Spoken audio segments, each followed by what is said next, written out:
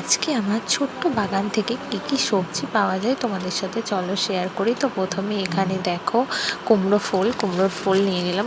আর এবার কুমড়োর ফুল অনেক খেয়েছি সত্যি। তো এখানে কুমড়োর ফুল নিয়ে নিলাম। তারপর একটা কুমড়ো লুকিয়ে আছে এর মধ্যে, এই যে দেখো বার করছি। তো কুমড়োটা আমি গাছ থেকেই তুলে নিয়েছি, মানে ছিঁড়ে, কোনো কাটারের কিছু আনিনি কাটার। তো তাই আমি হাতের মাধ্যমেই সব কিছু আজকে ছিঁড়ে নিচ্ছি। তো এই যে এখানে আছে ডিম বেগুন। তো ডিম বেগুন দুটো হয়েছিল, তো ডিম বেগুন নিয়ে নিলাম। তারপর চলে গেলাম ছাদে। ছাদে দেখো কত রকমের শাক, এটা আমরা বলি ডিমের শাক। তারপর এখানে নোটে শাক আছে, তারপর পুঁই শাক, আর ভেন্ডি গাছগুলো এখন ছোট খুবই।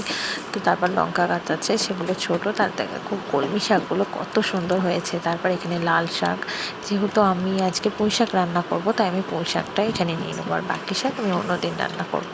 তো চলো নিচেই চলে এলাম। দেখো, তারপর এই যে আমাদের বাগান থেকে এনেছিল আম, তো আমটাও আমি তোমাদের